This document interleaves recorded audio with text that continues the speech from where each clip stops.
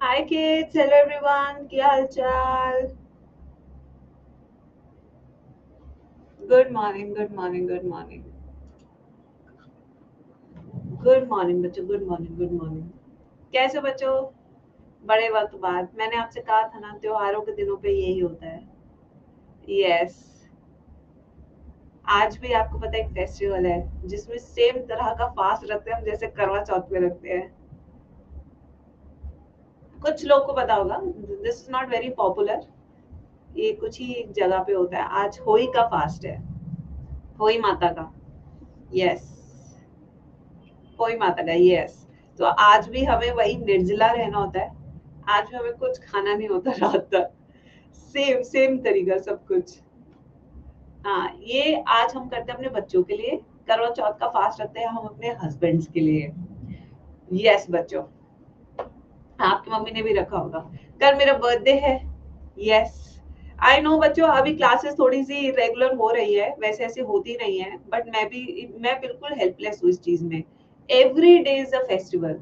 And you know, before marriage you don't have to perform so many festivals, but after marriage this becomes a part of your life कि हम चाह के भी avoid नहीं कर पाते यार। आज भी फास्ट है, ठीक है, तो जितनी एनर्जी है, जितना मैं बिना पानी के पढ़ा सकती हूँ उतना मैं पढ़ाऊंगी, इसलिए मैं आपको पहले बता रही हूँ। यस। अरे नहीं, मेरे बाल लंबे हैं भाई, मेरे बाल लंबे हैं। हाँ, वो नीचे से थोड़े डेड होने लगे थे इसलिए मैंने कटवा दिए। हाँ, तो इसलिए। ना ना भैया, लंबी क्लास की तो मेरे में हिम्मत नहीं है, मैं तुम्हें आगे से बता रही हूँ बात। कल मेरा बर्थडे है बच्चों। कल भी अगेन मैं सेलिब्रेट ज्यादा नहीं करती हूँ अपना बर्थडे। मैं मंदिर जाती हूँ, वहां जाके बच्चों को खाना वाना खिला के बस I come back home. That's the only celebration I do on my birthday. I don't do fancy party. Yes, I don't invite anybody. That is how I celebrate my birthday. I don't invite anybody. I just go simply in the morning मंदिर में, वहाँ पूजा की, वहाँ बच्चों को खाना खिलाया और बस आगे घर पे वापस। कंजूस हूँ मैं। चलो ऐसे ही सही। चलो आ जाओ बच्चों। क्रेज बर्थडे का आई थिंक पहले था, अभी वैसा वाला क्रेज नहीं है। अभी I feel more crazy about celebrating Dhwani's birthday rather than my birthday. Bunny on top. Yes. चलो भाई, आज की क्लास शुरू करते हैं जितनी हमने हिम्मत है। मैम, पिछली बार आपने क्लास ली थी। नहीं नहीं, मैंने क्लास नहीं ली थी। I was in Shimla last year, I remember. हाँ। मामा, निर्जला व्रत क्यों रखा है? This is how, that's I think pedagogy to keep this fast. हाँ। चलो भाई, स्टार्ट करें आज की क्लास। जितने भी बच्चे आए हैं। हाँ मैम, टेली वाली लिंक दे दीजिए ना। अच्छा। अच्छा, तो कल क्लास नहीं होगी। मोस्ट प्रोबेबली नहीं होगी कल क्लास। मे बी इवनिंग में हो जाए, वो मैं बता दूंगी। दिवाली तक बेटा मैं आपको बता रही हूँ, just give me some space. Don't think कि ma'am is not taking classes. I am really bound to some celebrations and festival activities. उसके बाद देखना आपकी रोज क्लास लगेगी और 2.5 घंटे की लगेगी। ये बात मैंने आपको सितंबर में ही अनाउंस कर दी थी कि ये वाला जो मंथ है, this is a month of full of festival, Chhath Puja, सबके अपने अपने फेस्टिवल्स हैं। बट उसके बाद जैसे हमारी पहले कंसिस्टेंसी थी वही रहेगी और I will complete your syllabus nicely. But तब तक, दिवाली तक मैं आपसे आगे से कह रही हूँ, डोंट डोंट ट्राई कि मैं कंसिस्टेंट रहूंगी, नहीं रह सकती मैं। ठीक है। यस। चलो आ जाओ भाई, आ जाओ। तो आते हैं क्रोमोसोमल थ्योरी ऑफ इनहेरिटेंस। बहुत ही अमेजिंग थ्योरी है। तो यहाँ पे हम सबसे पहले स्टार्ट करेंगे मेंडल से। यस, किससे स्टार्ट करेंगे? मेंडल से। आ जाओ। अब आप कहेंगे मैम मेंडल क्यों पढ़ा रहे हो इस टॉपिक में? क्योंकि बेटा आपको हिस्ट्री जाननी बहुत ही जरूरी है, इसलिए। तो इन्होंने अपना एक्सपेरिमेंट कब स्टार्ट किया था? 1856 में। ठीक है, एक्सपेरिमेंट स्टार्टेड इन 1856। ठीक है, and his work was published in 1865। कब पब्लिश हुआ था काम इनका? वर्क पब्लिश्ड इन 1865, यानी कि 7 साल बाद। ठीक है, जो उनका एक्सपेरिमेंट का टाइम था, ठीक है, यस। उसके बाद काम तो किया, बेचारे को एक्नॉलेजमेंट नहीं मिला। सोच रहे हो, सोच रहे हो, एक्नॉलेजमेंट नहीं मिला, इतना बड़ा काम कर दिया, नो एक्नॉलेजमेंट टिल 1900s, किसी ने रिकॉग्नाइज भी नहीं किया, nobody acknowledged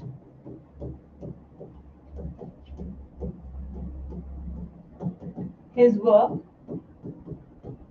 till 1900, किसी ने नहीं किया।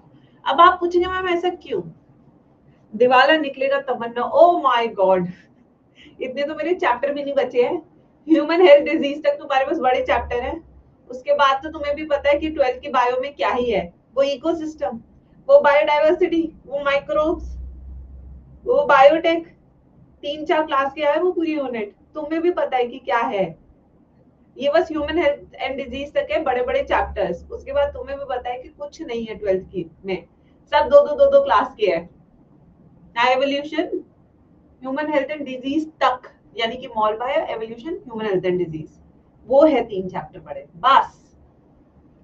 हाँ ठीक है बच्चों, अब आते हैं वाई। इतना गला सूख रहा है ना, मैंने ट्राई तो किया है आज क्लास लेना, क्योंकि इतने दिन हो गए थे, मुझे लगा बच्चे जाके कमेंट ना करते कि मैम तो क्लास ही नहीं लेती है, भाई तुम्हारे इस डर से मैं क्लास लेने आई हूँ आज।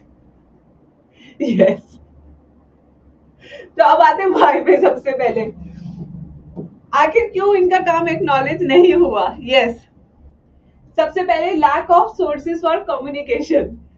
अभी तो वीडियो कॉल हो जाती है तुरंत से, बिटिया कहाँ घूम रही हो, वीडियो कॉल करके दिखाओ, उस टाइम ऐसा नहीं था, अगर आप एक्सपेरिमेंट दुनिया के किसी कोने में कर रहे हो तो उस बात को एसोसिएशन तक पहुंचाना भी एक टास्क होता था बच्चे, it was a task then, ठीक है, यस।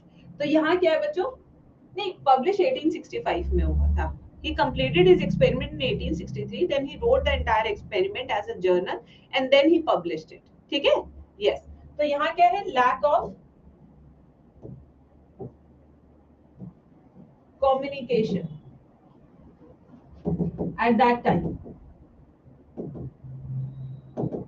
नेक्स्ट, और क्या रीजन हो सकता है बच्चों, डार्विन एंड वैलेस को लगता था कि भाई मैथ्स कैसे यूज कर दिया बायो में, जैसे कितने बच्चों को लगता है कि मैम मैथ्स क्यों पढ़ा रहे हो, हमने बायो इसलिए तो ली थी कि हमें मैथ्स ना पढ़ना पड़े, और यही चीज तुम्हारे वाली चीज किसने कही, डार्विन और वैलेस ने, अबे मैथ्स यूज कर दिया तुमने इसमें, ये नहीं चलेगा, हमें नहीं आता तुम्हारा, हम मानने नहीं देंगे, ठीक है। तो यहाँ पे Darwin and Wallace was not convinced with statistical approach towards biology।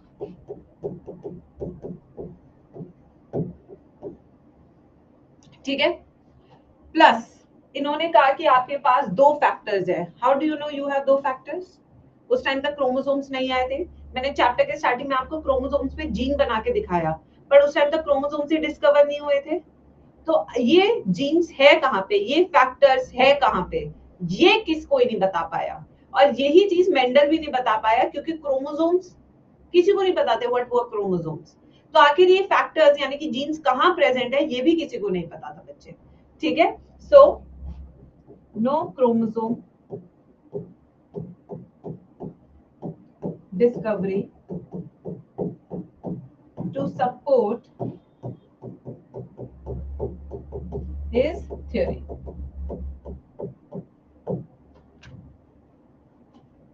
हाँ, माइक्रोस्कोप डिस्कवरी भी नहीं हुई थी। प्रॉब्लम समझ में आई या नहीं आई? मैथ्स बहुत पसंद है मैम, मैथ्स में नंबर अच्छे आते थे लेकिन पसंद फिर भी नहीं था, ये भी होता है, लड़का अच्छा कमाने वाला है बट फिर भी मुझे पसंद नहीं है मम्मी पापा, ये वही बात हो गई ना, है ना, पसंद तो मुझे वो है जो क्लास का गुंडा है, जो निठल्ला है, बट उसमें कुछ बात है मम्मी जो इसमें नहीं है, यस। उसका चार्म ही अलग है मम्मी। जब वो अपनी 100 बाइक पे आता है ना, RX 100 पे हु करता हुआ, तब मुझे अच्छा लगता है। ये आता है अच्छी सी गाड़ी में, क्रेटा में, मजेदार नहीं है मम्मी ये बात। ये मजेदार है ही नहीं। हमें तो वो छपरी पसंद है क्लास का, जो कुछ नहीं करता। हम्म। क्रेटा भी छपरी है, ये देखो। कह रहे क्रेटा भी छपरी है, लाल बाल वाला। यस यस, प्रशांत समझ रहा है। प्रशांत कह रहा मैं तो पढ़ने वाला था, वो लाल बाल वाली की गर्लफ्रेंड ने मेरी गर्लफ्रेंड नहीं थी।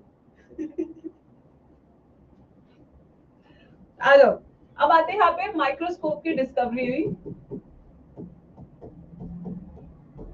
was discovered in 1902। 1902 में माइक्रोस्कोप की डिस्कवरी से सब बदल गया। देखो बेटा, सब बदल गया।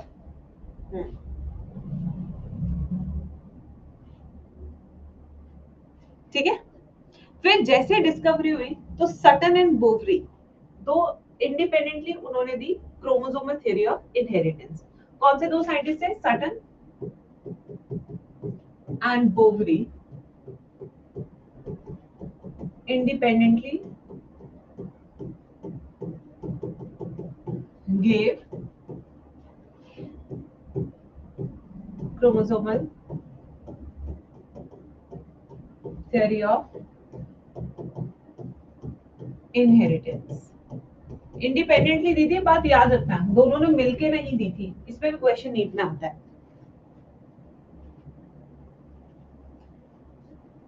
फटा जीन्स के पहन के आता था, ये देखो ये देखो देखो तन्नू। बट ये बात टुरू है, सबको छपरी ही पसंद आते हैं, हम जैसे तो वेले ही रहते हैं। ये देखो, एक तरफ जहां लड़कों के दुख चल रहे हैं क्लास में, एक तरफ लड़कियां चिल्ला चिल्ला के बता दिया आई वांट छपरी, आई वांट छपरी, I can not live without my छपरी। यस।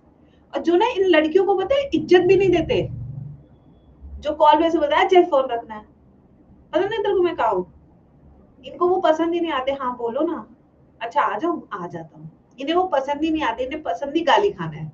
यस यस यस, इन्हें पसंद ही वही है, रेड फ्लैग ही इन्हें पसंद आते हैं, वहीं घुसती हैं ये जा जाके। इन्हें इज्जत लेना ही नहीं आता बिल्कुल भी।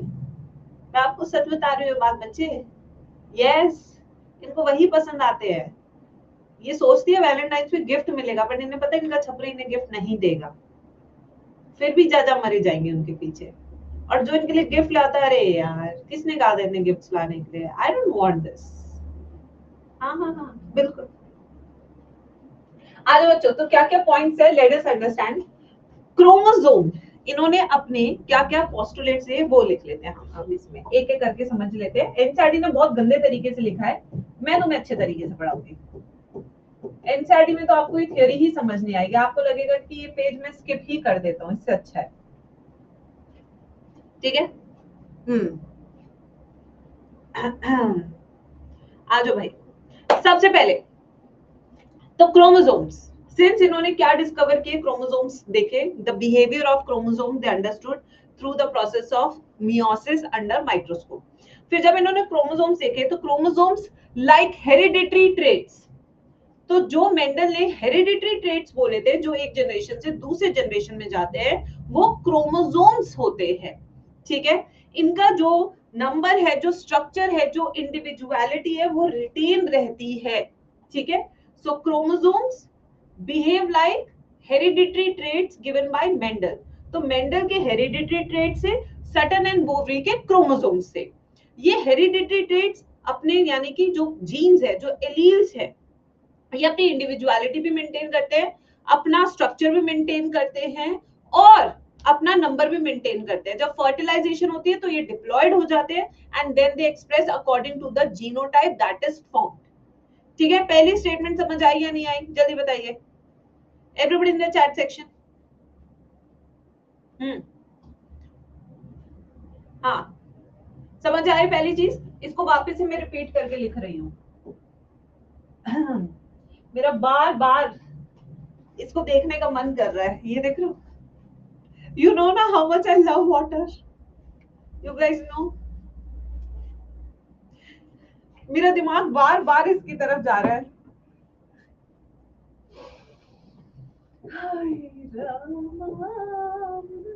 Chromosomes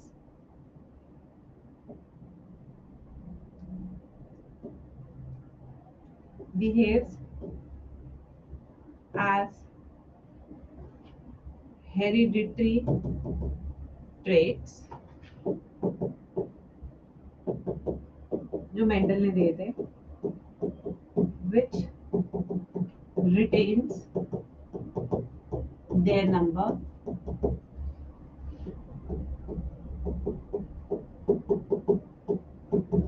individuality and structure। पहला पॉइंट। दूसरा point, green bottle ma'am, I have change it. Chromosomes do not blend mix during gamete formation. ये मेंडल ने कहा था या नहीं कहा था? चलो मैं ऐसा करती हूँ, मैं सटन एंड बोरी के पॉइंट्स बताती हूँ, आप मुझे रिलेट करके बताना कि वो पॉइंट मेंडल ने कहा था या नहीं कहा था।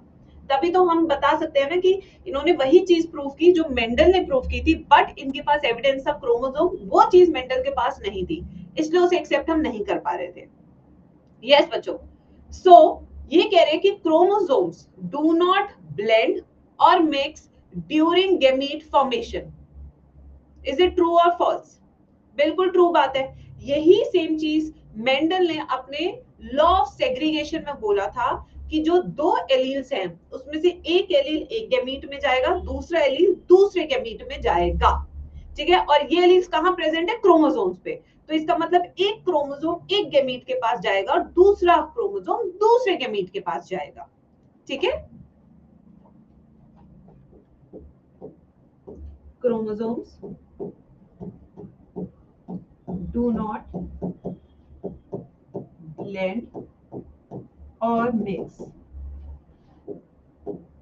during gamete formation। और यही सेम पॉइंट मेंडल ने कहा था, बट उसने कहा था इन लॉ ऑफ सेग्रीगेशन में।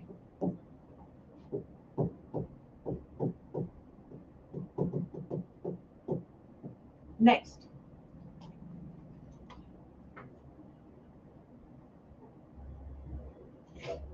according to Mendel, how many copies of alleles are present in one genotype?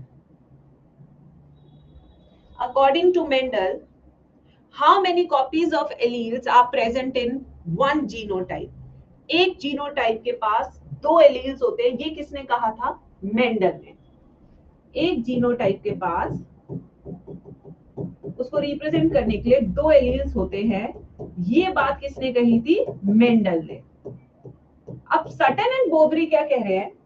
ध्यान से सुनना, सटन एंड बोवरी कह रहे हैं कि ये जीनोटाइप प्रेजेंट होता है होमोलोगस क्रोमोसोम पे।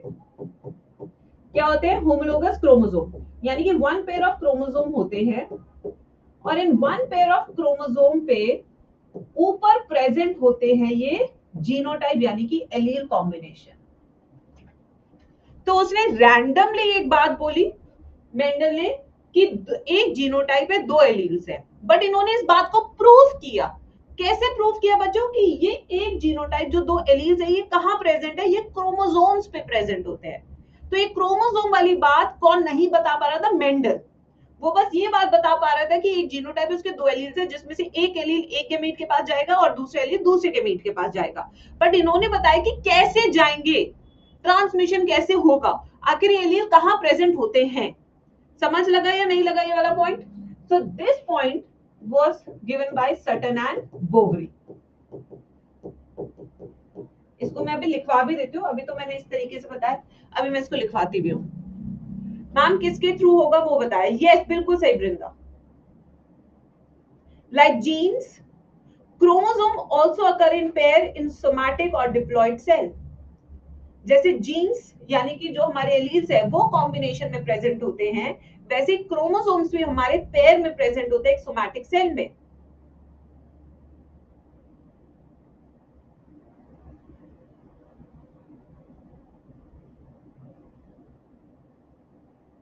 इसको मैं अभी अच्छे से लैंग्वेज में भी लिखवा रही हूँ इस वाले पॉइंट को।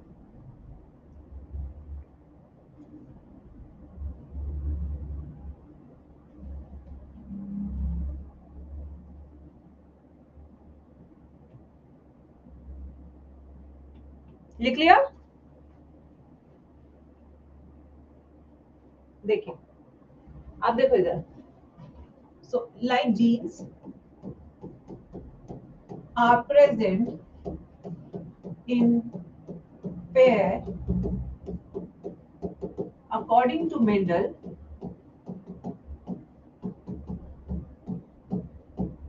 the same way chromosomes are also present in pair in somatic cells or diploid cells according to Sutton and Boveri। बेटा एक एक पॉइंट समझ के लिखना, क्योंकि बच्चों को यही लैंग्वेज समझ नहीं आती है कि what is the difference between chromosomal theory of inheritance and Mendel's theory. एक सबसे बड़ा फर्क क्या है कि मेंडल ने बातें की, इन्होंने प्रूफ किया यूजिंग क्रोमोसोम। बात सेम बोली है दोनों ने। हाँ बेटा डोरा, वो हेट्रोजाइगस है।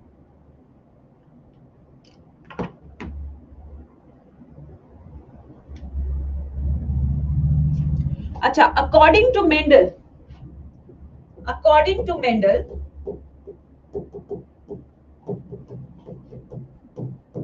अगर हमारे पास जीन कॉम्बिनेशन ये है तो ये दोनों एलील्स एक गैमीट के पास जाएंगे या एक एलील एक गैमीट के पास जाएगा? क्या लगता है बच्चों, पहले ये बताओ। बताओ, ये मेरे पास जीनोटाइप है, इस एक जीनोटाइप में मेरे पास दो एलील है। अब मुझे गैमीट फॉर्मेशन करना है मेंडल के हिसाब से। तो अकॉर्डिंग टू मेंडल ये वाला एक गैमीट के पास जाएगा, दूसरा दूसरे गैमीट के पास जाएगा। ठीक है, so each gamete receives only one copy of allele। ये बात किसने बोली? मेंडल ने। But how one copy of allele is going into gamete, ये किसने एक्सप्लेन किया? सटन एंड बोवरी ने।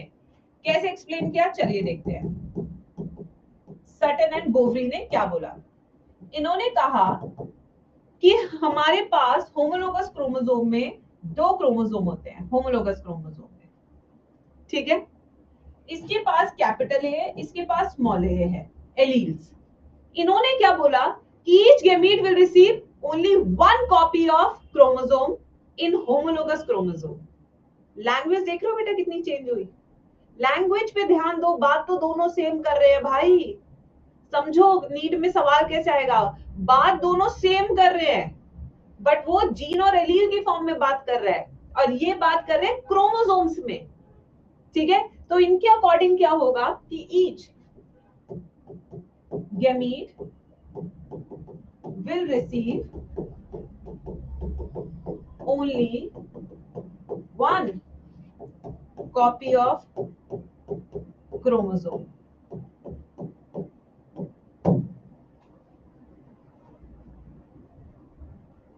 दोनों लैंग्वेज को कंपेयर करते चलो। बेटा आज तो एक बार फिर से मत बोल, तू वापस सुन लियो पीछे करके।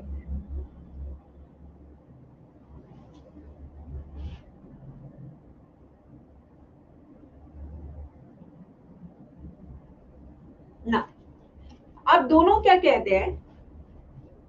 Paired condition of chromosome according to Sutton and Boveri or genes according to Mendel are restored after which process? Yes बच्चों, after which process? कौन सी प्रोसेस होगी कि वापस से डिप्लॉयड बन जाएगा सेल? यस, अरे प्रोसेस पूछा, नाम नहीं पूछा साइंटिस्ट का। Fertilisation, that's very good. तो फर्टिलाइजेशन वो प्रोसेस है बच्चों जिसके बाद वापस से आपकी डिप्लॉयडी क्या हो जाएगी, रीस्टोर हो जाएगी, वापस से रीस्टोर। ठीक है,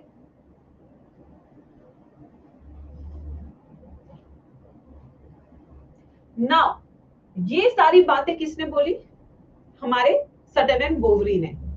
सटन एंड बोवरी ने किसका काम एक्नॉलेज किया, मेंडल का। बट अभी भी साइंटिस्ट वर नॉट कन्विंस्ड। इनको मनाना ही सबसे मुश्किल है भाई जिंदगी में, सबसे मुश्किल इन्हीं को मनाना है। तो आइए फिर उसके बाद आते हैं आपके next scientist which is a very important PYQ, the experimental proof for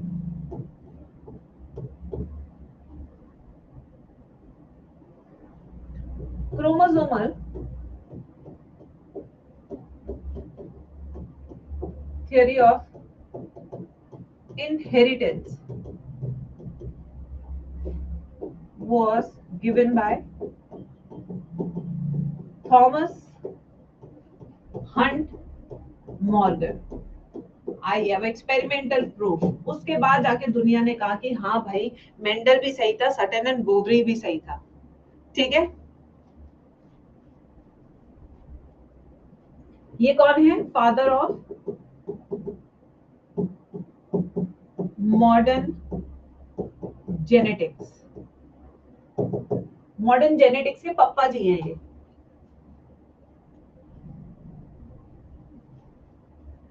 आइए अब बेटा, जब भी कोई हम एक्सपेरिमेंट करते हैं तो सबसे पहले हमें क्या चाहिए होता है, मॉडल ऑर्गेनिज्म। जैसे कि जब हमने मेंडल का एक्सपेरिमेंट शुरू किया था तो हमने क्या लिया था, पाइसम सटाइवम। ठीक है, और आज भी हम एक ऐसे ही मॉडल ऑर्गेनिज्म लेंगे। ठीक है, अब वो मॉडल ऑर्गेनिज्म कौन है बच्चों, ड्रोसोफिला मेलानोगास्टर। इसके बारे में हम सारी डिटेल्स लिखेंगे बच्चे, अभी सारी डिटेल्स क्या क्या है चलिए मैं बताती हूँ। पहला, कॉमन नेम। पहले के जमाने में नहीं दिखती थी बट आजकल इतनी ज्यादा हो गई है, बहुत जल्दी ब्रीडिंग भी होता है इनका। ड्रोसोफिला मेलानोगास्टर का कॉमन नेम क्या है, banana fly, also called as fruit fly. ये इसके कॉमन नेम। ठीक है बच्चों, अब इसकी क्लासिफिकेशन पे आ जाते हैं। Okay, keep, kingdom, pot, phylum, clean, class, और फैमिली, गेट, सिक।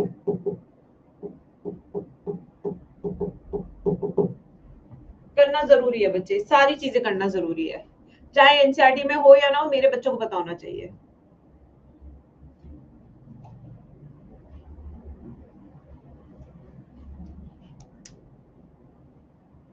किंगडम, सबसे बड़ा किंगडम कौन सा है, एनिमेलिया। सबसे बड़ा किंगडम तो नहीं है एनिमेलिया। सबसे बड़ा एनिमेलिया का फाइलम कौन सा है, आर्थ्रोपोडा।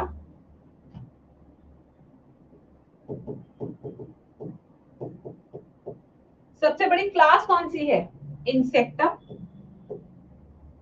इनके पास भी 2 पेयर ऑफ विंग्स होते हैं, इसलिए यह है डायप्टेरा। मच्छर फैमिली से है ये भी, यानी कि मस्किडी।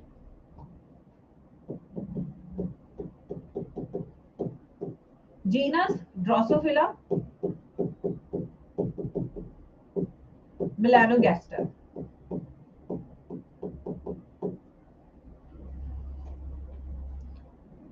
हम छोटा लिख रहे हैं, सच में मैं अभी बड़ा लिख देती हूँ।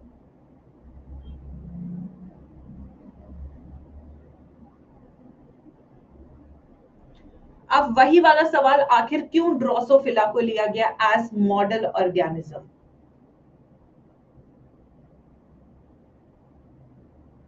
ये भी आपका एक क्वेश्चन नीट का बहुत अच्छा बन जाता है। अगर ये मैं पॉइंट्स की तरह 4 ऑप्शंस की तरह बनाऊं तो ये बहुत ही अच्छे क्वेश्चंस बनते हैं। These are the theoretical questions, conceptual questions, कि बच्चे ने कितना डेप्थ में चैप्टर पढ़ा है।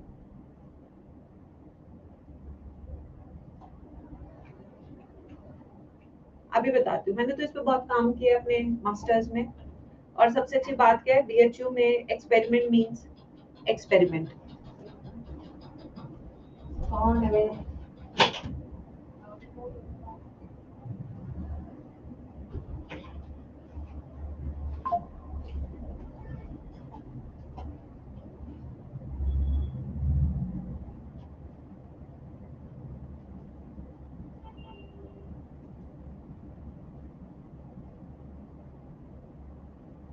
लिख लिया सबने? चलिए अब आते हैं नेक्स्ट क्वेश्चन पे। Why Drosophila? Why Drosophila as model organism, जबकि मक्खी आराम से मिलती है, फिर भी इसे क्यों लिया गया? यस बच्चों, तो सबसे पहले इसे ग्रो करना बहुत आसान है। इसलिए ऐसे नहीं कि गंदगी लाने की जरूरत है या कोई अच्छा फ्रूट लाने की जरूरत है, नहीं। It can be easily grown on simple synthetic medium. उस मीडियम में हम केला डालते थे, थोड़ा सा यीस्ट डालते थे, पानी डालते थे और थोड़ा सा आटा वाटा डाल दो, आराम से ग्रो करती है, मजे से, बिल्कुल खा खा के बिल्कुल तंदुरुस्त मोटी ताजा हो जाती है। ठीक है, तो सबसे पहला क्या है, grow grown on simple synthetic medium containing yeast, water और बनाना। अब पता लगे कि भाई महंगे वाले फ्रूट पे खा रही है तो इतना खर्चा कौन देगा, इतना तो फंडिंग ही नहीं आती, हमें खाने को नहीं मिल रहा है। ठीक है, शॉर्ट लाइफ स्पैन क्या रहता है इनका? शॉर्ट लाइफ स्पैन, यानी कि जल्दी जल्दी आपको रिजल्ट मिल जाता है। 2 वीक्स ही ये जिंदा रहती है, 2 वीक, जल्दी से रिजल्ट मिलता है आपको। A single mating can produce large progeny size, जिससे कि आपका मीन वैल्यू अच्छा हो जाता है। A single mating produces large progeny।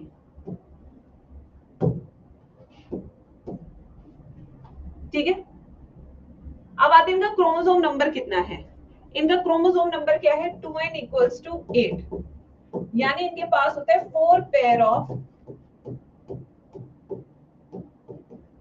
Homologous chromosomes.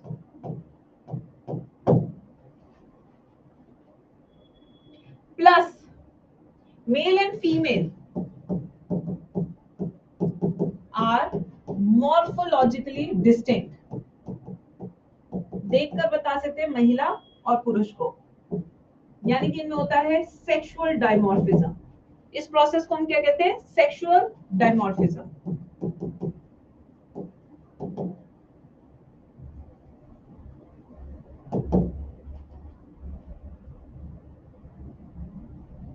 कैसे करते हैं अभी बताती हूँ, बता रही हूँ।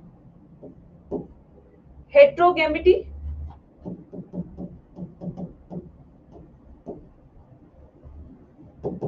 मेल होता है हेट्रोगैमिटी या फीमेल? अगर फीमेल की बात करें, X X homogametic, heterogametic mail.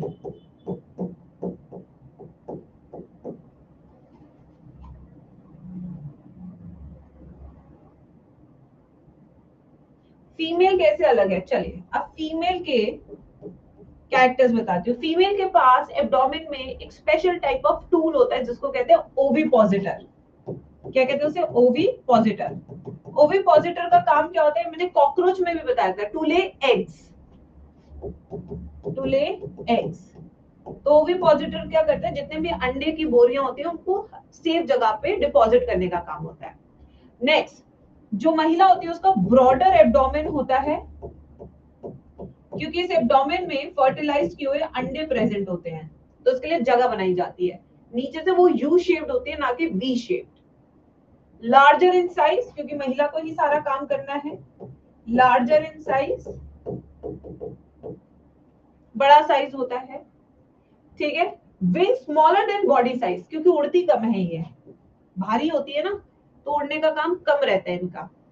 ये साइंटिफिक लॉजिक है इसके पीछे, ठीक है। तो क्या होता है इनके पास, wings smaller than body size.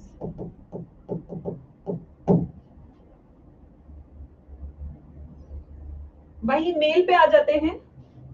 Mail के क्या क्या पॉइंट्स है, पहले तो wings longer than body size, opposite ये तो हो गया, wings longer than body size. इनको भी गेड़ी मारने का बहुत शौक है।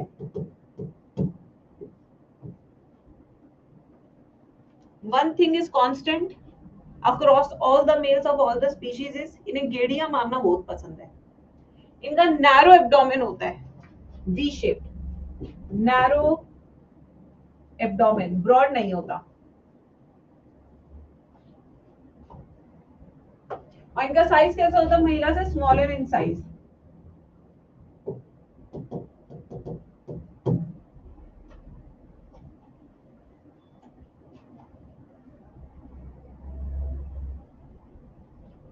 और next character EF G, easy distinguishable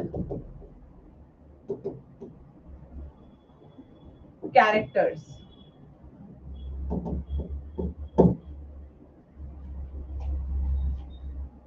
contrasting characters। तो ये सारे पॉइंट्स है why Drosophila was chosen as a model organism।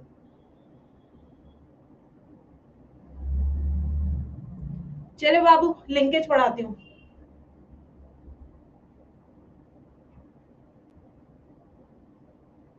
एक बहुत बड़ा चार्ट दिया हुआ है मॉर्गन के टॉपिक में, अगर आप एनसीईआरटी देखेंगे वही चार्ट अब मैं तुम्हें समझाने जा रही हूं।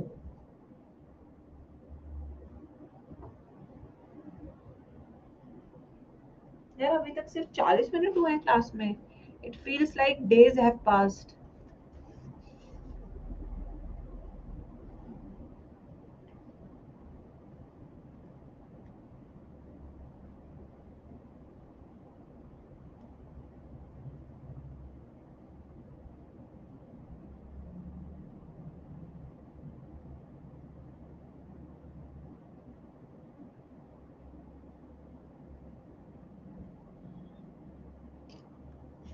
नहीं एनसीईआरटी में नहीं लिखना, नोट्स में बनाना है, मैं बताऊंगी उसे कैसे बनाना है। बड़ा एनसीईआरटी से पढ़ के समझ जाओगे तुम उसे। चलिए नेक्स्ट टॉपिक लेके लिंकेज, जो कि मॉर्गन ने हमें समझाया, which is a exception to Mendel's third law of inheritance, that is independent assortment.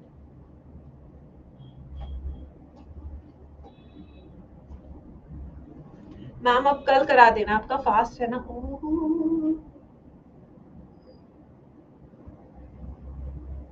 Ma'am time spend करने के लिए जाके कंतारा चैप्टर 1 देखो।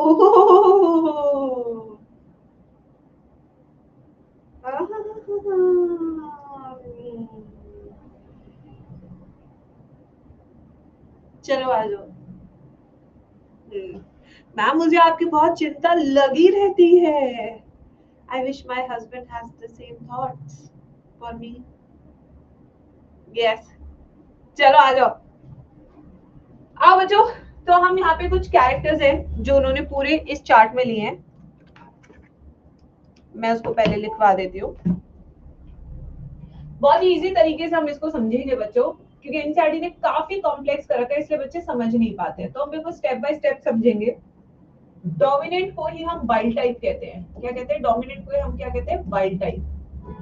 जो ज्यादा पॉपुलेशन में प्रेजेंट होता है उसे वाइल्ड टाइप कहते हैं। ठीक है, यहाँ पे हम उसका रिसेसिव ट्रेट ले लेते हैं,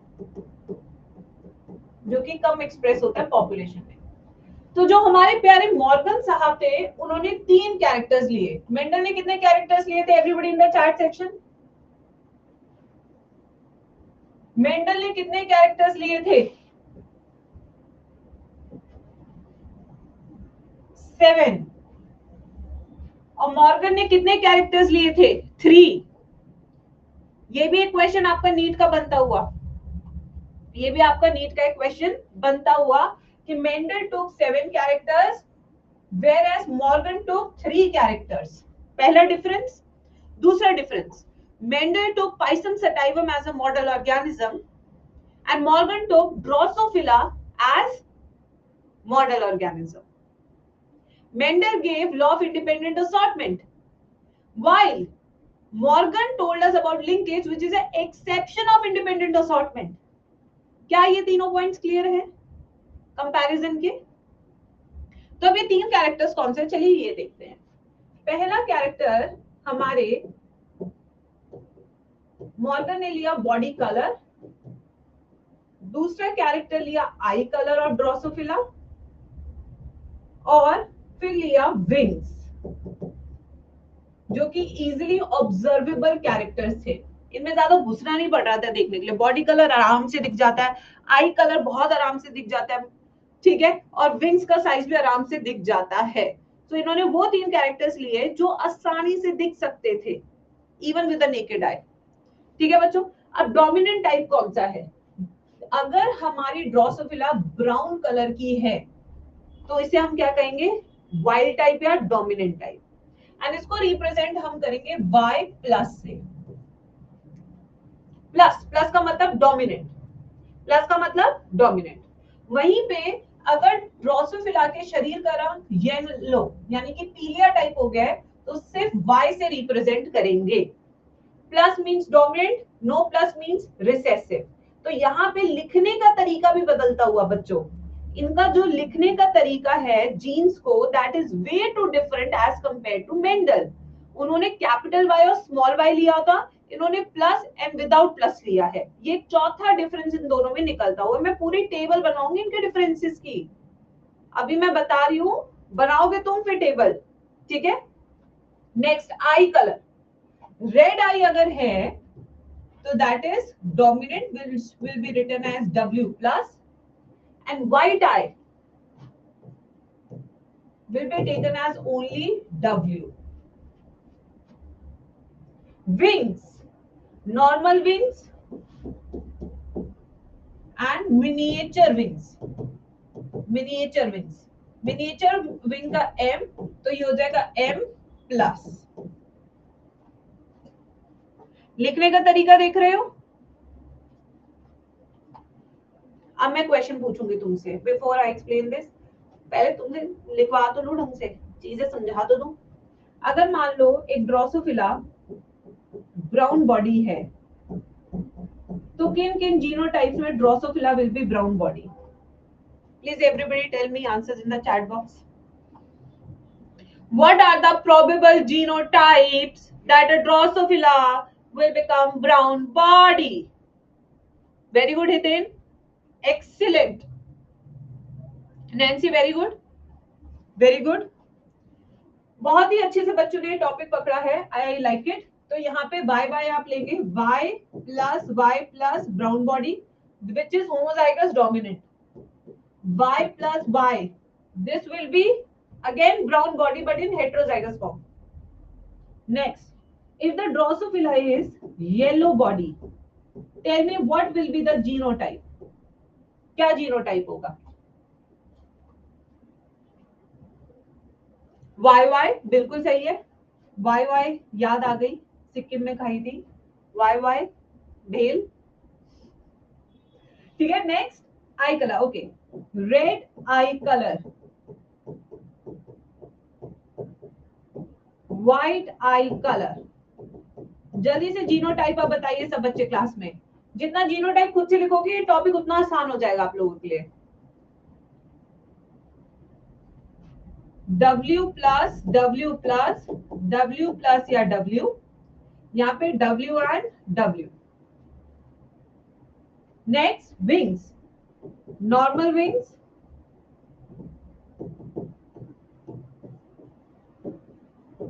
मिनिएचर विंग्स.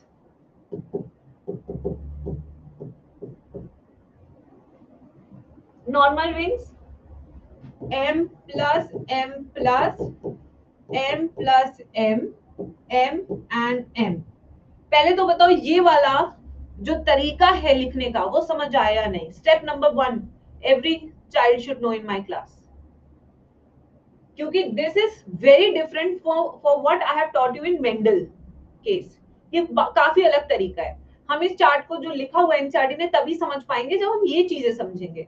अब मैं एक रैंडम केस बना के दे रही हूँ, रैंडम केस क्वेश्चन. ठीक है, मान लीजिए कि आपकी Drosophila brown body with red eye है, तो क्या आप जीनोटाइप्स मुझे बता सकते हैं कौन कौन से जीनोटाइप में ये कॉम्बिनेशन मुझे मिलेगा? छोटे विंग्स, मिनिएचर का मतलब छोटा होता है बेटा, मिनी साइज.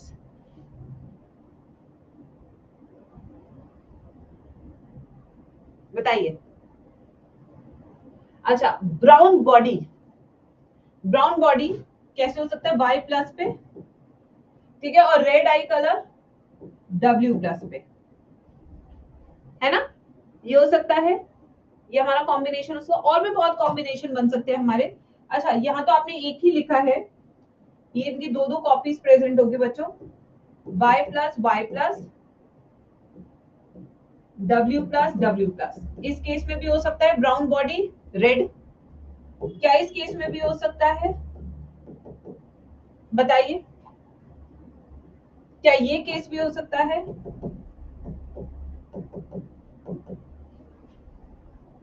क्या ये केस भी हो सकता है?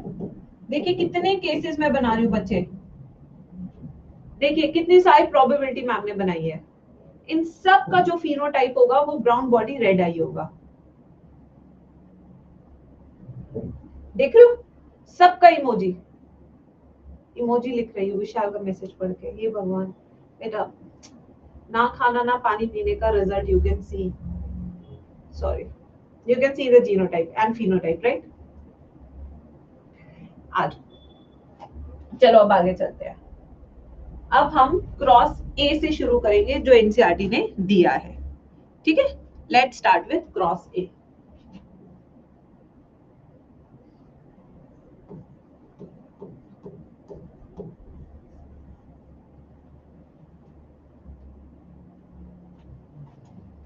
ओके बच्चों, मैम दिख रहा है, मैम आप वीकनेस फील कर रहे हो. वैसे I have lot of reservoir of food in my body. Okay, मैं पेरेंट्स के कॉम्बिनेशन बना रही हूँ और मैं उस पर कुछ क्वेश्चन पूछूंगी आपसे, वो अब आप बताएंगे मुझे, क्योंकि मैं ये काफी सारा टॉपिक समझा चुकी हूँ. ओके, इनमें से कौन सा मेल है कौन सा फीमेल है, पहले तो ये बताइए.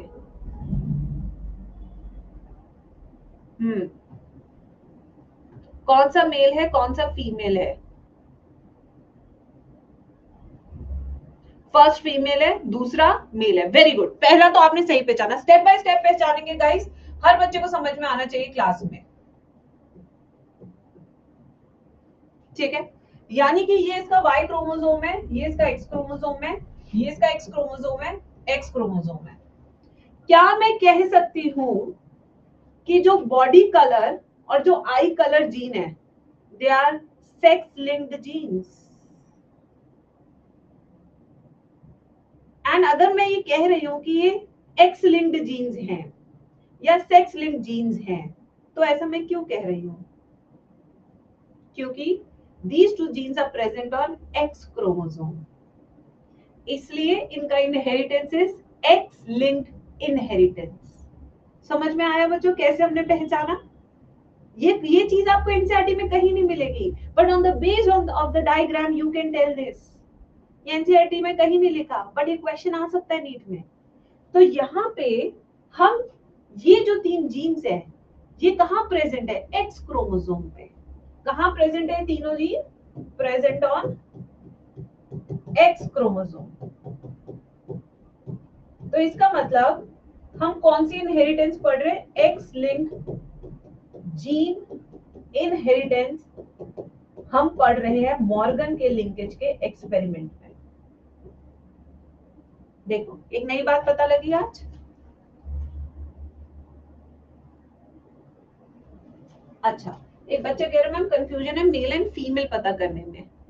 ये जो डंडा मैंने लगाया this is Y chromosome, heterogametic. ये दोनों एक्स एक्स एक जैसे है, होमोगेमेटिक। ठीक है, ऐसे पहचानेंगे। अब दूसरा क्वेश्चन शुरू करते हैं। Our body colour and I colour gene distantly placed on X chromosome or they are close enough for the closeness, guys? What do you see in the diagram? Yes, we see that this and this, yani body color and eye color gene of Drosophila are linked genes. They are close enough to show a phenomena called linkage. हमें linkage अभी पता है but उसे नहीं पता था। ठीक है, तो जब भी नीट में क्वेश्चन आएगा और अगर ऐसा कोई डायग्राम आता है और अगर आपको बहुत ज्यादा टाइम नहीं स्पेंड करना है तो आप इन दोनों जीन्स का डिस्टेंस देखेंगे डायग्राम में। अगर दोनों के बीच का डिस्टेंस बहुत कम है तो समझ जाना लिंकेज पूछ रहा है। अगर ये दोनों बहुत दूर होते तो समझ जाना रिकॉम्बिनेशन पे सवाल है। This is your hint after looking at the figure in the paper. ठीक है बच्चों, तो यानी कि यहाँ पे एक और पॉइंट हम लिखेंगे,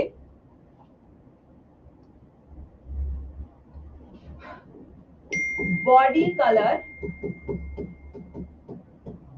and eye color genes are closely located on X chromosome. देखो अभी तो हमने शुरू भी नहीं किया, कितनी सारी चीजें बच्चों हम पता कर चुके हैं।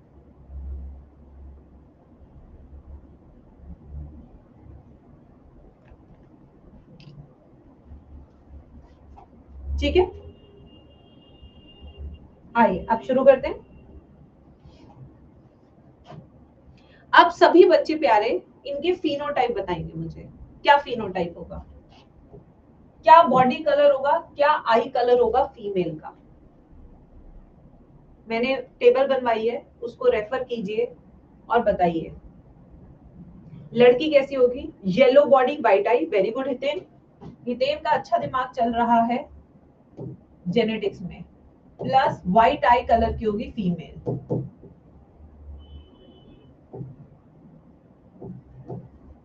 खुद से नहीं करोगे तो टॉपिक समझ नहीं पाओगे, इसलिए इतना स्लो पढ़ा रहे हो इसमें। मेल कैसा रहेगा, plus plus brown body and red आई।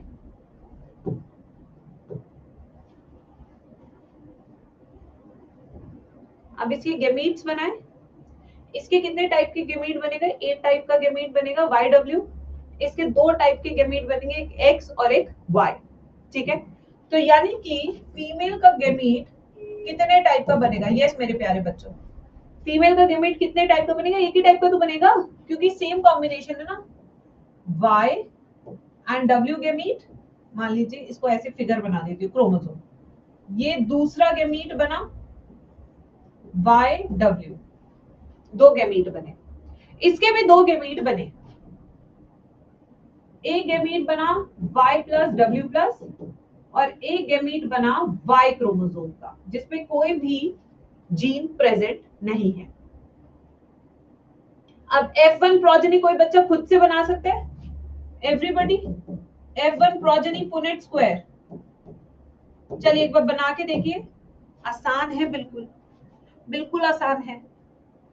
एक तरफ फीमेल के गेमीट के कॉम्बिनेशन बनाइए, एक तरफ मेल के गेमीट के कॉम्बिनेशन बनाइए और बनाइए F1 प्रोजेनी खुद से।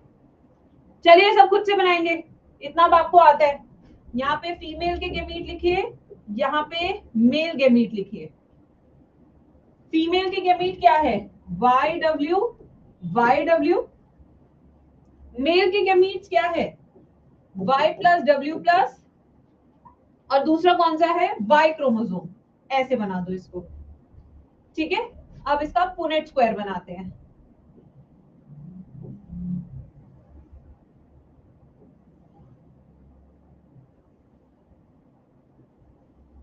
ये ले पुनेट स्क्वायर, तो पहले y plus Y w plus w, ये तो बन गई आपकी फीमेल। ये वाला इससे फर्टिलाइज करेगा, y plus y, w plus w। दोनों फीमेल्स कैसी बनती हुई, येलो या brown body, brown body red eye, ठीक है। और यहाँ पे मेल कैसे बनता हुआ, एक मेल बनता हुआ ऐसे और दूसरा भी कुछ ऐसे। ये देखिए कैसे पूरी पिक्चर चेंज हो गई F1 प्रोजेनी में। समझ आया नहीं आया, समझ आया नहीं आया एवरीबॉडी?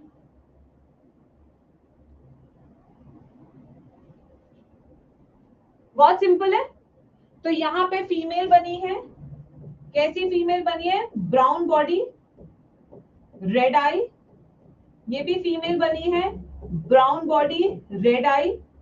ये बना है mail, yellow body white eye. ये भी मेल बना है, येलो बॉडी व्हाइट आई। पूरा बदल गया खेल।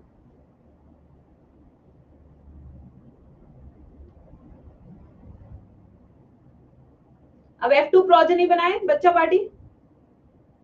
कौन सी फीमेल लेंगे बताइए, कौन सी फीमेल लेंगे? इन दोनों में से एक फीमेल उठा लो ना और एक मेल उठा लो, सेम सेम ही तो है। F2 progeny parents for F2 generation कौन से लेंगे हम? फीमेल हेट्रोजाइगस, इसको हमने सेल्फ किया है YW और मेल से ऐसे। इसका डायग्राम भी बना देती हूँ मैं, कोई नहीं।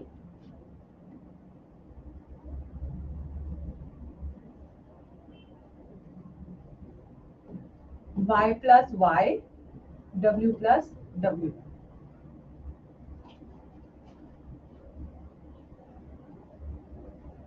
इस पे प्लस आएगा नहीं, ये लीजिए एक्स क्रोमोसोम।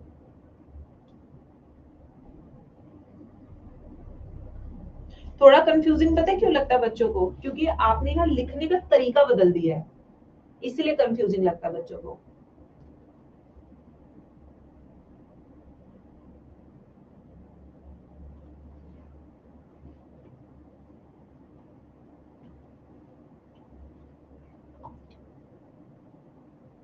और यहाँ पे हम 2 जीन इनहेरिटेंस नहीं लिखी हमने, देखो इसको अगर हम 2 जीन इनहेरिटेंस की तरह लिखते तो ये कुछ ऐसा नहीं होता मेरे बच्चे, मेंडल के हिसाब से। मान लो ये प्लस प्लस ना लेती मैं, झमेला, तो मैं इसको ऐसी नहीं लिखती, ऐसी ही तो लिखती। अब बताओ इसके कितने टाइप के गेमीट बनते हैं? डाइहाइब्रिड क्रॉस ही तो चल रहा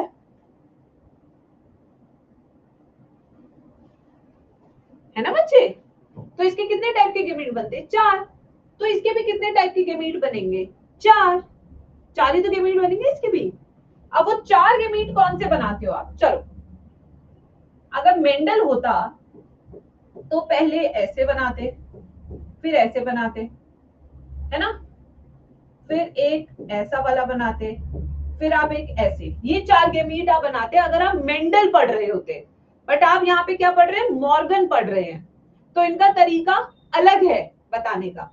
अब इनके तरीके के हिसाब से y और w दोनों डोमिनेट है, यानी कि y प्लस w प्लस, ये एक गेमीट हो गया, ये दूसरा गेमीट हो गया, ये तीसरा गेमीट हो गया, प्लस लगा दो ना जहां पे कैपिटल है, और ये चौथा गेमीट हो गया। मैंने दोनों तरीके से आपको समझा दिया। मेंडल मॉर्गन दोनों तरीके के गेमीट लिखवाती मैंने फीमेल के। 4 कॉम्बिनेशन बनते हैं फीमेल के गेमीट्स में। अब ये देखिए बच्चों, ये फीमेल के है, मेल के। अब मेल के बताओ कितने टाइप के गेमीट बनेगा? उसको तो एक ही टाइप, 2 टाइप के गेमीट बनेंगे। एक बनेगा YW और एक बनेगा Y क्रोमोसोम, Y क्रोमोसोम। अब ये अगर इसे फर्टिलाइज करेगा तो क्या बनेगा? Y plus Y, W plus W। ये पहली फीमेल बन गई, Y plus Y, W W। ये दूसरी फीमेल बन गई, Y Y W plus W। ये तीसरी फीमेल बन गई, Y Y W W। ये चौथी फीमेल बन गई।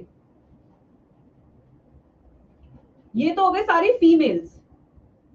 अब मेल देखते हैं, मेल क्या क्या बनेंगे। पहला मेल बना आपका Y plus W plus male, दूसरा होना Y प्लस W मेल, तीसरा होना YW plus male, YW mail.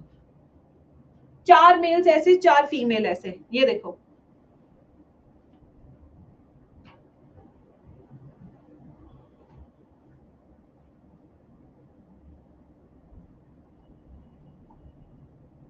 अब देखो कितने सारे नए कॉम्बिनेशन बनते हैं F2 जनरेशन में बच्चों, कितने सारे नए कॉम्बिनेशन। ये हो गई brown body plus red eye female, brown body white eye female, yellow body red eye female, yellow body white eye female. ऐसे ही मेल में भी नए कॉम्बिनेशन बने as compare to the parent population. ये वाला brown body red eye male, brown body white eye male, yellow body red eye, yellow body white eye. ये हो गया हमारे मेल्स।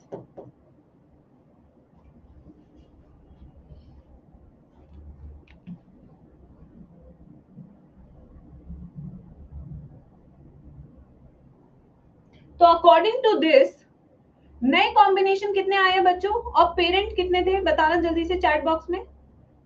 पेरेंट थी फीमेल येलो बॉडी व्हाइट आई, और mail था brown body red I.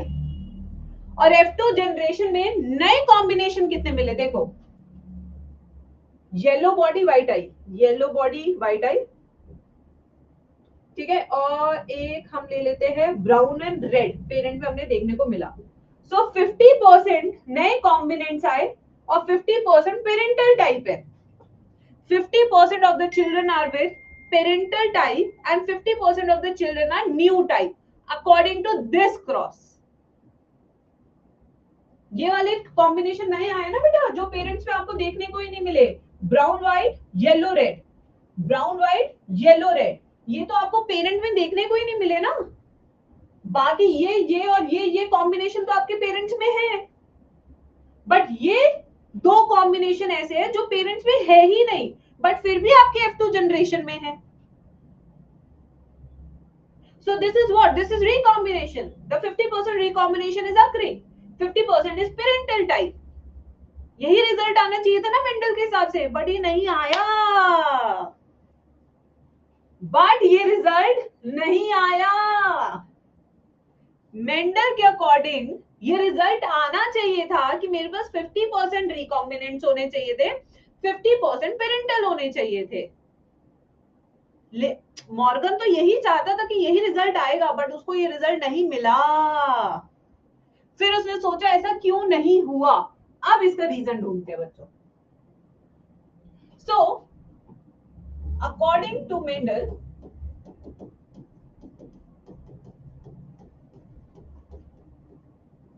independent assortment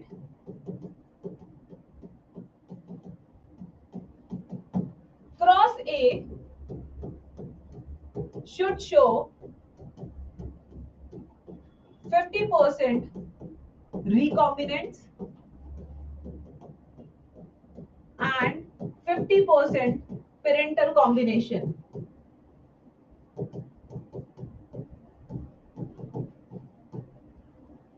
in F2 generation.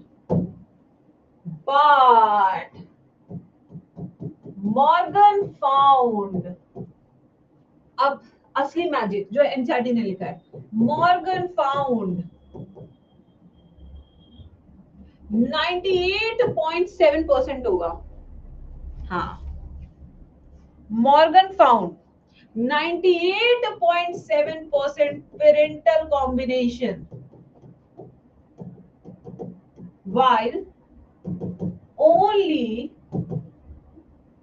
1.3% was recombinants and Morgan was shocked. इस जो 50-50 होना चाहिए था वो आया है 98.7 and 1.3%. मैम 50 वाला नहीं समझ में आया तो सुन क्यों नहीं रहे हो बेटा दीक्षा?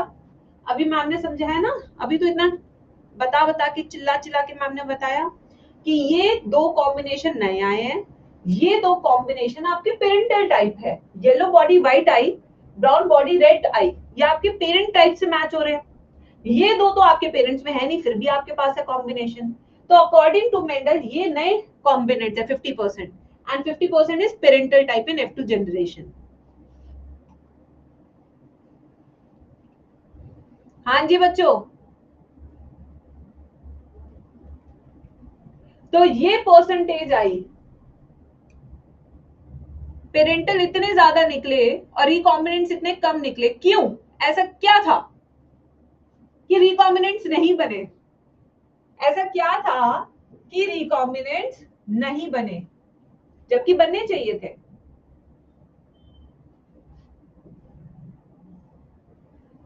दोनों जीन्स आपस में क्या है? Linked.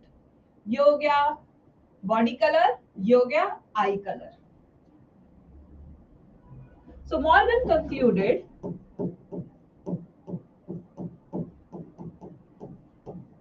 point number 1, body color and eye color genes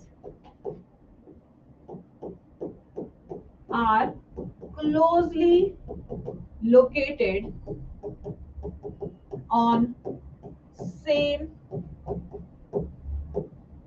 chromosome, therefore called as linked genes.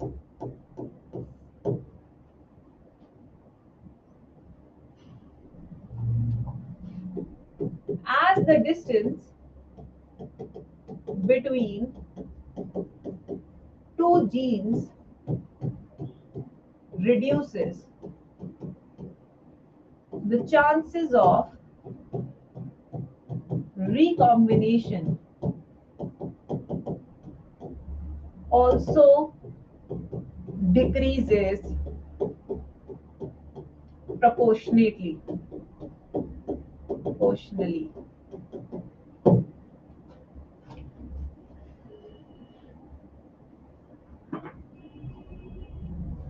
यही तो डॉक्टर डूम, यही तो मैं आपको बता रही हूँ मेरे प्यारे बच्चे कि मेंडल के लॉ ऑफ इंडिपेंडेंट असॉर्टमेंट के हिसाब से आपका 50% रिकॉम्बिनेंट आना चाहिए था, 50% पेरेंटल आना चाहिए था। मॉर्गन भी यही सोच रहा था मेरे बच्चे जो डॉक्टर डूम सोच रहा है, बट जब उसने एक्सपेरिमेंट खुद से किया एक्सपेरिमेंटली, तब उसने कहा कि मेरे को ऐसा नहीं मिला रिजल्ट। यही तो उसकी डिस्कवरी थी लिंकेज की, यहीं से तो कॉन्सेप्ट आया linkage. That is how he disapproved the law of independent assortment कि ये यूनिवर्सल लॉ नहीं है, ये उन जीन्स पे लागू नहीं होता जिन दो जीन्स के बीच में डिस्टेंस कम होता है। अगर दो जीन्स के बीच में डिस्टेंस ज्यादा है तो रिकॉम्बिनेशन होने के चांसेस ज्यादा होते हैं, वहां पे इंडिपेंडेंट असॉर्टमेंट लगता है। इसको रिजल्ट अलग मिला, इसने नया कॉन्सेप्ट बनाया, तभी तो आज आप पढ़ रहे हैं मेरे बच्चे।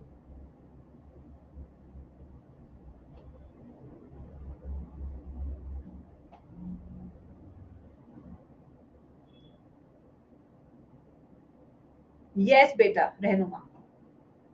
अच्छा इसको ऐसे समझते हैं कि बेटा चांदनी को नीट से पहले नीट का पेपर मिल गया, ठीक है? अब उसको पता है कि मेरे को 100% पेपर आता है, तो वो सोच के जा रही थी कि भाई मेरे को तो पूरा पेपर आता है, मेरा तो सिलेक्शन पक्का है। उसने एक टेलीग्राम ज्वाइन कर लिया था जहां पे उसे पेपर मिल गया, ठीक है बच्चों? इसे ऐसे समझो अपने तरीके से। तो वो जानती थी कि उसे मेरे को 100% पेपर आता है और मेरा सिलेक्शन पक्का है, ठीक है? बट हुआ क्या, पेपर अलग आ गया, उसको नहीं आता था। तो उसके मार्क्स कितने आने चाहिए थे? 100%। अब उसके मार्क्स कितने आए हैं? 0%। तो इससे कंक्लूजन क्या निकला, जो एक्सपेक्टेड था वो नहीं हुआ। क्यों नहीं हुआ? क्योंकि पेपर चेंज हो गया। ठीक है, ऐसे ही मॉर्गन भी जब ये एक्सपेरिमेंट कर रहा था तो उसने सोचा था कि मुझे भी मेरे F2 जनरेशन में 50% पेरेंटल कॉम्बिनेशन मिलेगा, 50% नए कॉम्बिनेशन भी मिलेंगे प्रोजेनी में, बट ऐसा नहीं हुआ। उसको मिला 98% पेरेंटल और 1.3% रिकॉम्बिनेंट, व्हिच वाज नेग्लिजिबल। उसने सोचा ऐसा क्यों हुआ, सारे के सारे बच्चे सैलमॉन भाई के सैलमॉन भाई निकल गए, ऐसा कैसे? तो फिर उसने सोचा, फिर उसने कहा कि भाई ये दो जीन आपस में इतने चिपके हुए हैं कि ये चाह के भी अलग नहीं हो सकते। ठीक है, यस, आप समझे या नहीं समझे?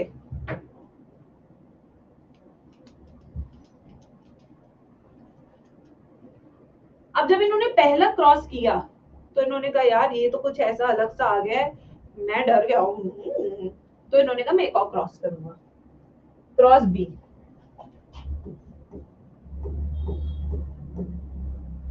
अगर मैं क्रॉस बी बनाऊंगी ना तो जिन बच्चों को समझ में आ रहा है वो अपने आप पूरा कंक्लूजन अभी लिख देंगे, वो अपने आप पूरा कंक्लूजन लिख देंगे। देखना तुम, पेरेंट्स, यहाँ पे हमने दो पेरेंट्स फिर से लिए हैं। अच्छा, miniature wing and white eye, and this is miniature wing, this is female and this is male.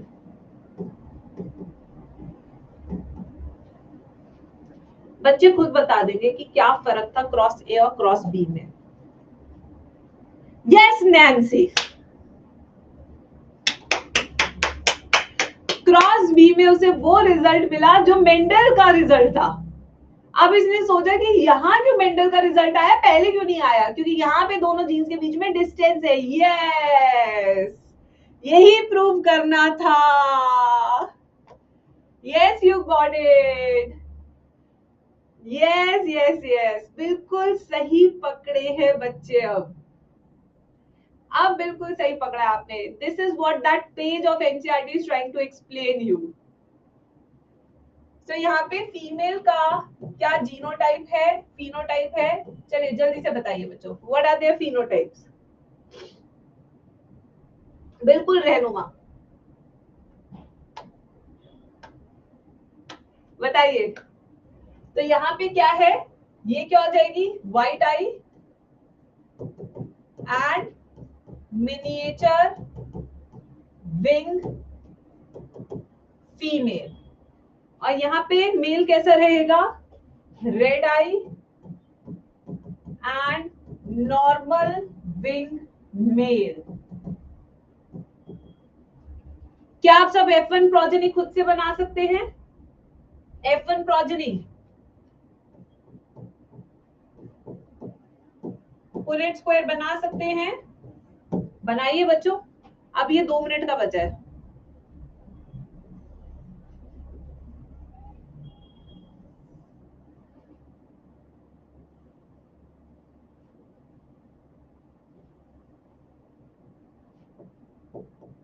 यहाँ मेल ले लेते हैं, हाँ फीमेल। फीमेल का एक ही टाइप का गेमेट बनेगा, WM WM WM WM। ठीक है, और यहाँ पे मेल का दो टाइप के गेमेट बनेंगे, W plus M plus and Y chromosome. अब इनको फर्टिलाइज करके W plus M plus WM, W plus M plus WM, ये हो गई आपकी फीमेल F1 प्रोजेनी में। Males WM Y chromosome, WM Y chromosome. तो यानी कि F1 जनरेशन में all females are, everybody in the chat section, in F1 progeny all females are red eye normal wing, red eye normal wing females। F1 generation में all males are white eye and miniature wings.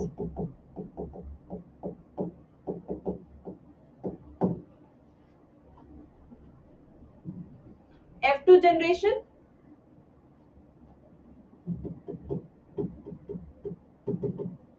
Female लेंगे यहां से W plus M plus W and M. This is a female. Male is WM and Y chromosome.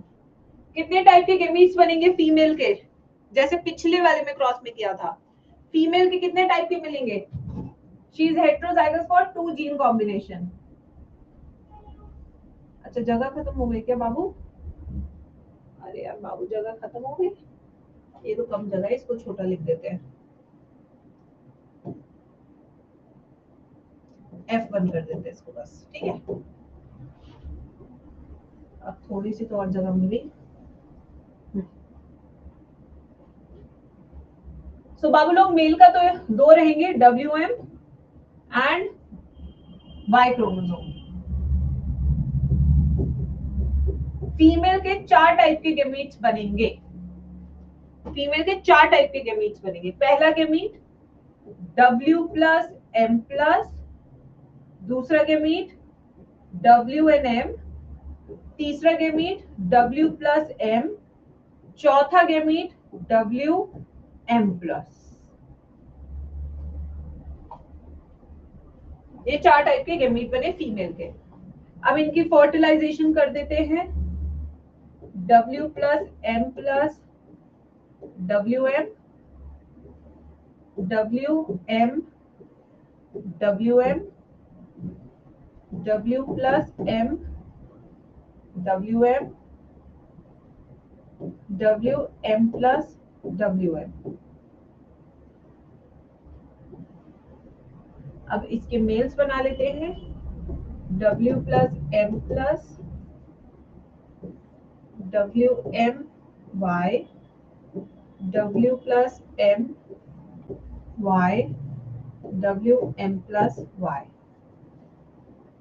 सो दीक्षा बेटा बताएगी कि कौन कौन से पेरेंटल कॉम्बिनेशन है आउट ऑफ दीज 4, क्योंकि दीक्षा को पिछली बार समझने में दिक्कत हो रही थी. तो दीक्षा बेटा ट्राई करो. डरो मत कि मैं आपसे जानबूझ के पूछ रही हूँ. मैं आपसे इसलिए पूछ रही हूँ जिससे कि आपको पेरेंट और रिकॉम्बिनेंट के बीच का डिफरेंस समझ में आए बेटा, इसलिए पूछ रही हूँ आपसे. दीक्षा बताइए बच्चों.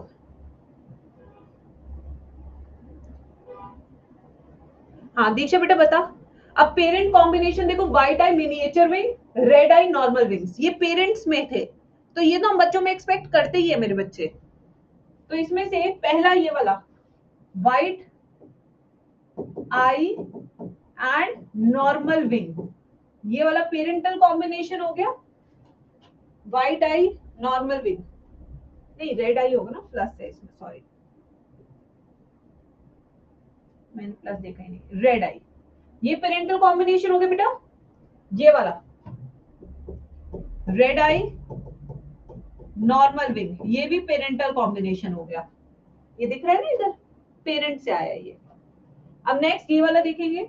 This is white I miniature wing, ये लड़का भी क्या है, व्हाइट आई मिनिएचर विंग. ये भी पेरेंटल है या नहीं, यस और नो, सब बताएंगे क्लास में.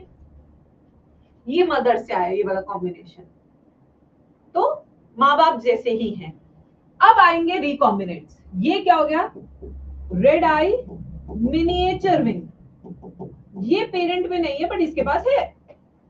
ये भी क्या हो गया, रेड आई मिनिएचर विंग मेल, ये भी नया कॉम्बिनेशन हो गया. ये वाला व्हाइट आई नॉर्मल विंग्स, ये भी पेरेंट में नहीं है बट F2 में है.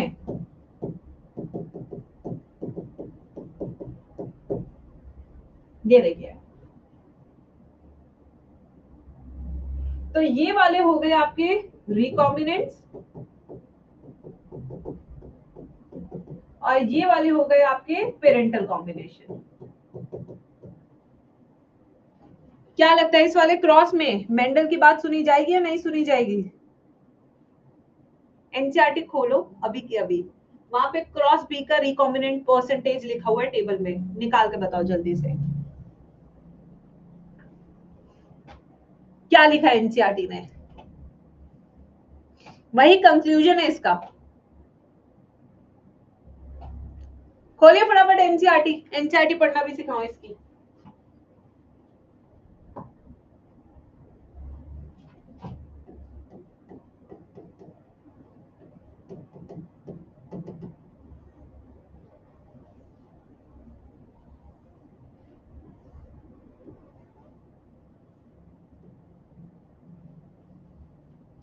Very good. Good, good, good, good, good, good, good, good, good. So, in this experiment, Morgan found recombinant percentage dash parental combination percentage dash। चलिए आंसर बताइए NCERT से। 37.2 अपर्णा, वेरी गुड। और parental कितनी बताई NCERT ने? 62.8। तो लॉ ऑफ इंडिपेंडेंट असॉर्टमेंट हुआ follow? क्या ये दोनों जीन्स लिंक्ड है? तो इससे क्या कंक्लूड हुआ? That body colour and wings gene are not linked because they are placed distantly on chromosome. Therefore, chances of recombination increases.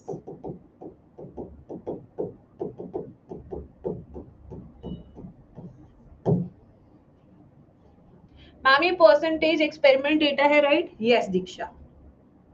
इसमें आई कलर थोड़ी था, बॉडी कलर था ना।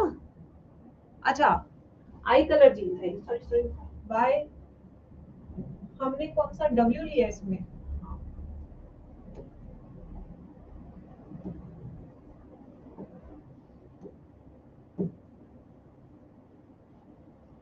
थैंक यू बच्चों।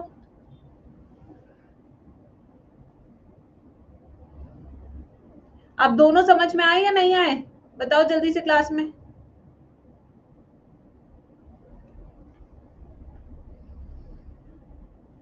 बस यही है, ये दोनों जो पूरा एक चार्ट दिया हुआ है ना, चैप्टर फिनिश हुआ है, अभी एक टॉपिक बचा है क्रोमोसोमल मैपिंग।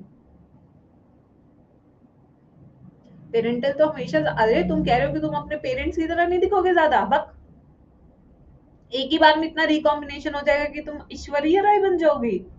ना हो पाएगा दीदी, ना हो पाएगा।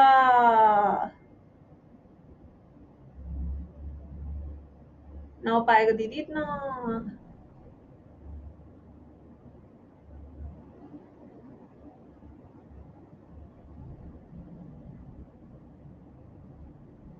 Last topic of the chapter chromosomal mapping.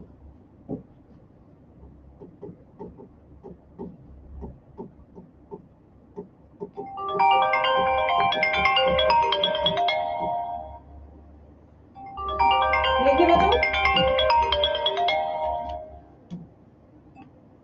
हाँ बोलो। ठीक है।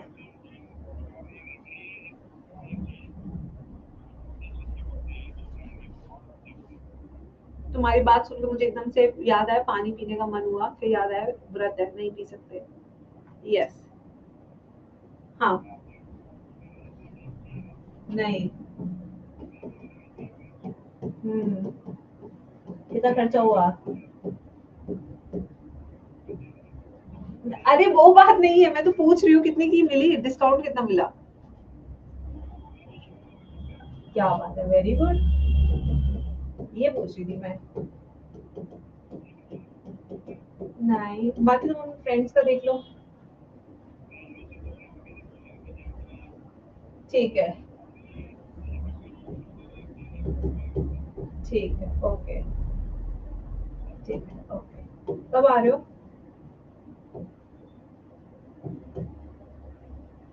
ओके। चलो भाई आराम से टाइम लेके बात करो, पता भी है ये कितनी लंबी बात थी हमारी आज तक की।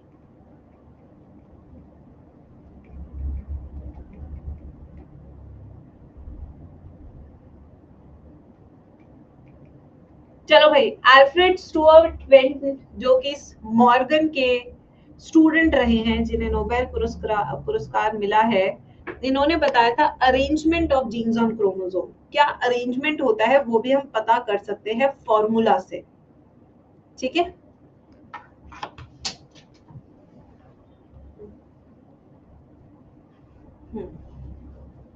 जीन मैपिंग बिल्कुल सही। सो इन्होंने बताया डिस्टेंस बिटवीन टू जीन्स को हम 2 यूनिट्स में नापते, एक है सेंटीमॉर्गन और दूसरा कौन सा है, मैप यूनिट्स। मैप यूनिट्स का इस्तेमाल करते हैं जब हम यूकैरियोटिक सेल की बात करते हैं, सेंटीमॉर्गन की हम बात करते हैं जब हम प्रोकैरियोट की बात करते हैं।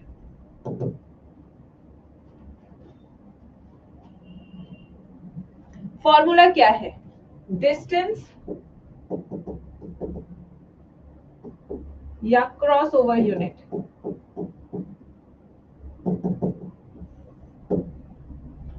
Number of recombinants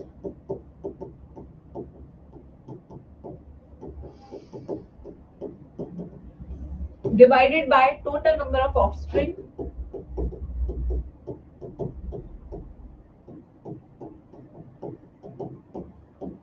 into 100। बस बेटा, इससे ज्यादा मैं आज नहीं पढ़ा पाऊंगी, इसके क्वेश्चन मैं नेक्स्ट क्लास में कराऊंगी। अब मेरी हालत हो गई है tight.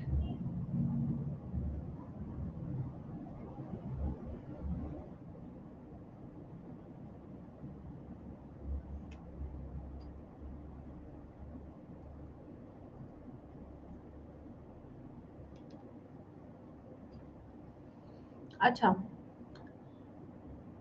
because they are placed distantly on chromosome therefore chance of recombination increases। नहीं बेटा, increases ही होगा, decreases नहीं होगा।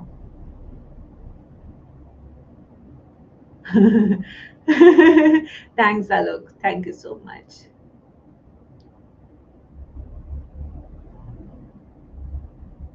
चैप्टर ऑलमोस्ट खत्म हो गया, इसके बस मुझे 5 क्वेश्चन कराने हैं। नेक्स्ट क्लास में will start with mol bio, ठीक है। मेरी अभी उठ के हिम्मत भी नहीं है कि मैं इसको बंद करके तुम्हारी क्लास एंड कर दूं। आज मेरे से कुछ मत बोलो तुम। क्लास तो 1.5 घंटे की हुई है ना आज। 11:50 से शुरू होती है मेरी क्लास, 12 बजे से थोड़ी होती है। थैंक यू बच्चों, थैंक यू सो मच। कल मैं जिंदा रही तो जरूर थैंक यू। मेरे पेट में दर्द हो रहा है।